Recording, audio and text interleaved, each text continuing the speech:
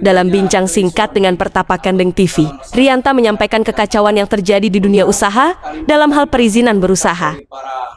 Dia membeberkan sistem perizinan yang dicentralkan di kementerian yang semula dapat diselesaikan di DPM-PTSP, kini harus bersusah payah ke pusat. Mantan anggota DPR RI ini mengungkapkan bahwa pasca terbitnya Undang-Undang Cipta Kerja, regulasi perizinan menjadi kacau.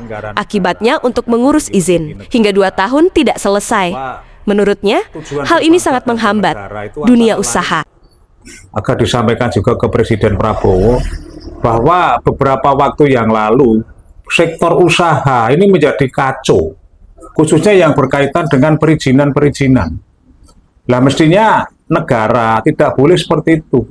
Jadi negara itu harusnya memberikan satu kemudahan-kemudahan, memberikan pembinaan, memberikan bantuan-bantuan bagaimana agar sektor usaha itu menjadi jelas. Coba bayangkan, pasca lahirnya Undang-Undang Cipta Kerja, itu aturan gonta-ganti. Yang namanya DPN PTSP atau dulu satu atap, satu pintu, itu hanya slogan tok. Ini sekarang perizinan itu tertentu diambil alih oleh nasional secara online. Servernya menyatu di nasional. Kadang-kadang lemot.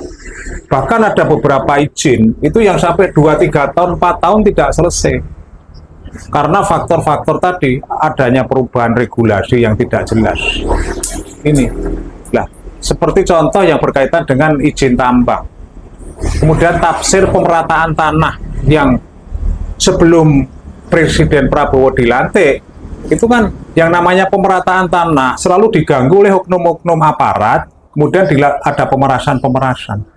Kemudian juga adanya satu industri-industri rumah tangga seperti industri yang ada mie ayam, ada bakso, ada nugget, ada macam-macam. Ini selalu didatangi oleh oknum aparat. Kemudian ujung-ujungnya juga dilakukan pemerasan.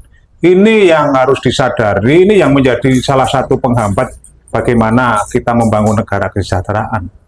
Oleh karena itu Pak Prabowo ini harus tahu. Kemudian saya berharap agar perizinan-perizinan yang katanya online itu bisa hitungan menit selesai. Tapi di dalam kenyataannya itu bisa bertahun-tahun. Dan bertahun-tahun ini ujung-ujungnya juga terjadi pemerasan. Seperti yang terjadi di Kementerian Tenaga Kerja.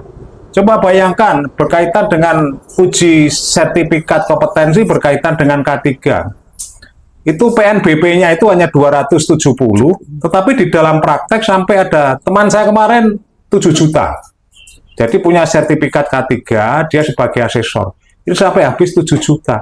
Ini fakta, bukan hanya ujian Pak Rianto. Bisa disebutkan Pak, itu teman Bapak di mana? Orang Pati. Jadi orang Pati, beliau adalah asesor kompetensi berkaitan dengan sertifikasi K3. Ini kenyataan. Kemudian juga beberapa perizinan yang ditangani oleh Kementerian Lingkungan Hidup, Kementerian Kehutanan, Kementerian ESDM, kemudian Kementerian Perhubungan yang diampu oleh nasional.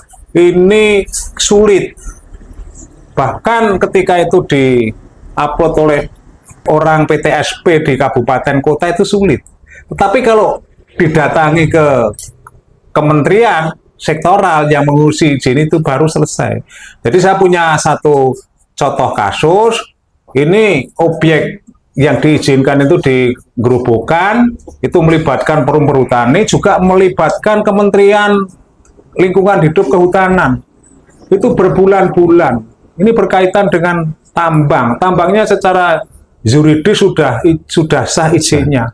Tapi ketika itu melalui tanah Perum Perhutani, mekanismenya sangat sulit. Lah mestinya hal-hal seperti ini, jangan sampai hanya urusan izin itu sampai ke pusat, sampai ke Jakarta. Nah, saya ingin agar Indonesia itu jangan berbicara Jakarta. Ya Indonesia itu ada Pati, ada Papua, ada Aceh, ada Bangka Belitung, ada Kalimantan ini. Coba, sekarang pemerintah pusat itu bagaimana mempercayai gubernur, bupati, wali kota. Jangan pasca reformasi kemudian munculnya dulu pemberian kewenangan kepada bupati dan wali kota atau otonomi daerah, ketika sudah berjalan, kemudian diambil alih lagi ke pusat. Ke pusat itu ujung-ujungnya pasti di situ dipersulit dan pungli. Harusnya desentralisasi ya Pak? Ya harusnya kembali lagi bahwa Indonesia itu dibangun, ya, dibangun terdiri dari beberapa wilayah. Ada desa, ada kecamatan, ada kabupaten kota, ada provinsi. Coba otonomi daerah yang dulu ketika reformasi itu kan sudah bagus sebenarnya. Pemerintah pusat itu kewenangannya kan hanya ada 6. Berkaitan dengan agama, pendidikan, fiskal, pertahanan, keamanan, kemudian dan lain-lain itu, dan lain-lainnya tafsirnya yang perlu dipertegas. Tapi kan ketika ini sudah berjalan, kemudian dirasa ini oknum-oknum tertentu di pemerintah pusat itu tidak ada tambahan, jujur saja tambahan duit, itu mencari-cari persoalan, kemudian dibikin aturan-aturan yang ini membuat tujuan berbangsa dan bernegara kita itu menjadi terganggu.